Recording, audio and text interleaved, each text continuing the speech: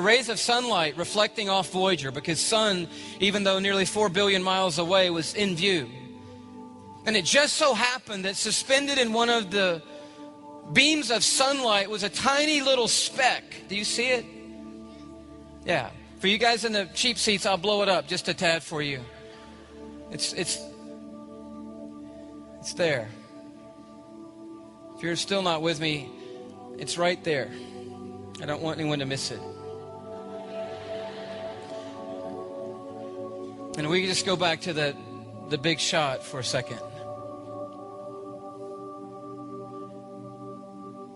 It's a picture of Earth from 3.7 billion miles away. And it just so happened to be caught in a ray of light.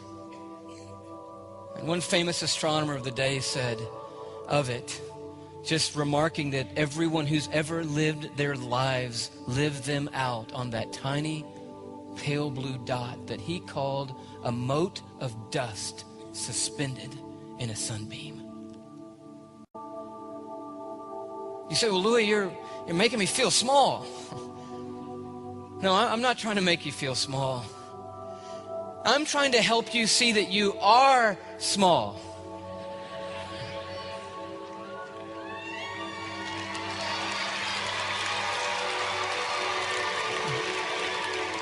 But it's significant in significance.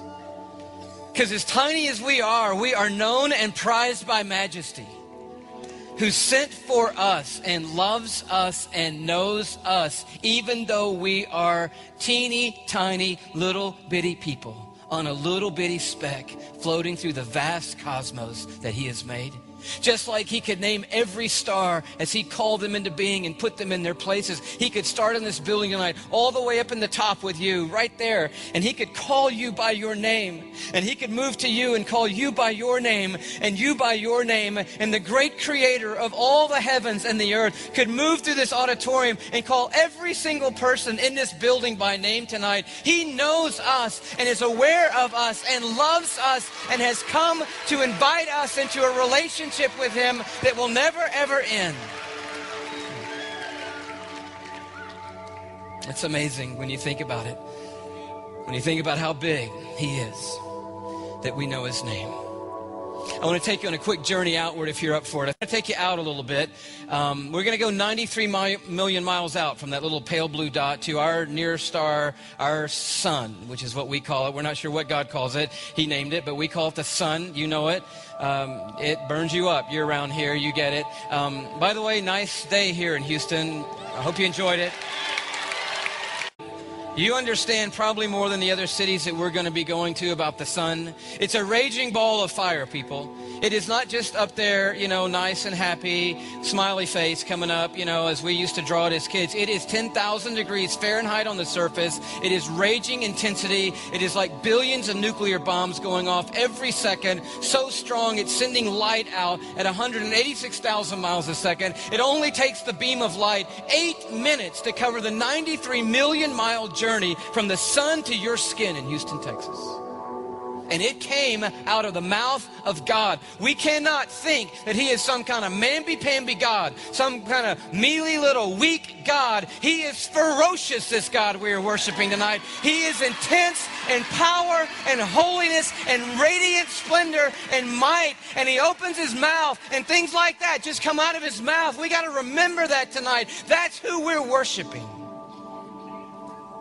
It's 100 times the diameter of Earth. In case you don't know how big that is, take a look. This gives you a little perspective on us. And that's why tonight when you go to sleep, you want to thank God that we're 93 million miles away from the sun.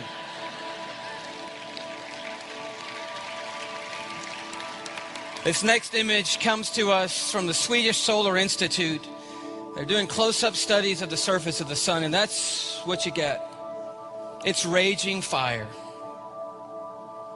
Scientists say it would take the gross national product of the United States of America for 7 million years for your local power company to run the sun for 1 second.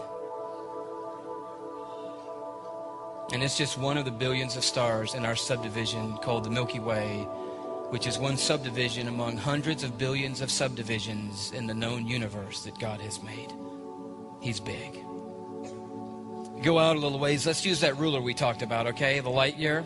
You remember? 5.88 trillion miles. Let's use that and go out. We're just 93 million miles here. That's nothing.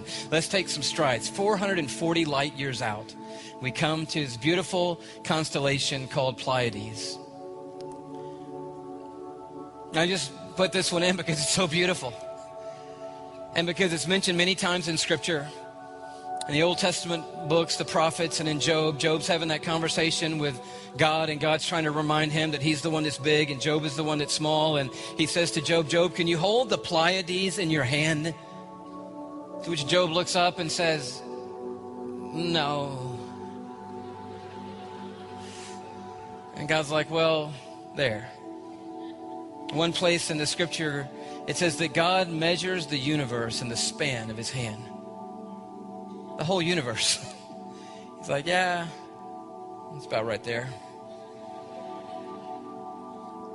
Let's go out a little further. There's so many amazing things. We're going to go 1,000 light years out to the Vela pulsar. Check this out. This is absolutely stunning. Isn't that cool? Well, it's probably more than cool. It's hot, but it's interesting and amazing. You say, well, what's a pulsar? I don't know. I don't have a degree in astronomy, okay? A star explodes into a supernova, can collapse back on itself into a magnetic intensity. This is a highly magnetized neutron star. It's oscillating 11 times a second, the center of it. And it's huge, by the way. I love it because it looks like double bow and arrow shooting an arrow out, but it's sending out this intense signal out. And not only is it beautiful to look at, 1,000 light years away from us, but we aimed a radio telescope at the Vela pulsar. And this is what we got back from the Vela pulsar. This is what that thing sounds like right there.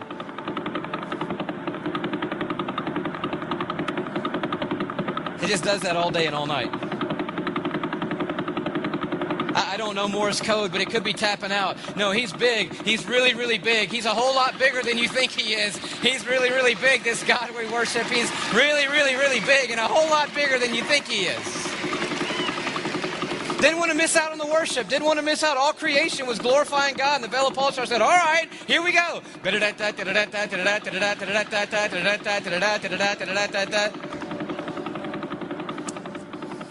Now let's jump 8,000 light years out. This is the Hourglass Nebula. Yeah, I think God just put that one up there for fun. It's a dying star emitting tons of gases that are cooling and creating this beautiful thing. The star that's dying is not the one you see to the left, but the one right in the center of the eyeball. I don't know about you, when I was growing up, the ultimate trump in my house was my mom saying, well, you better watch out and be careful because God is watching you. Well, it turns out she was right after all. God sees everything and knows everything. He can't see you with the Hourglass Nebula. He may see you or with a stardust ring. There's a lot of options for him to see us. Check it out. Isn't that amazing?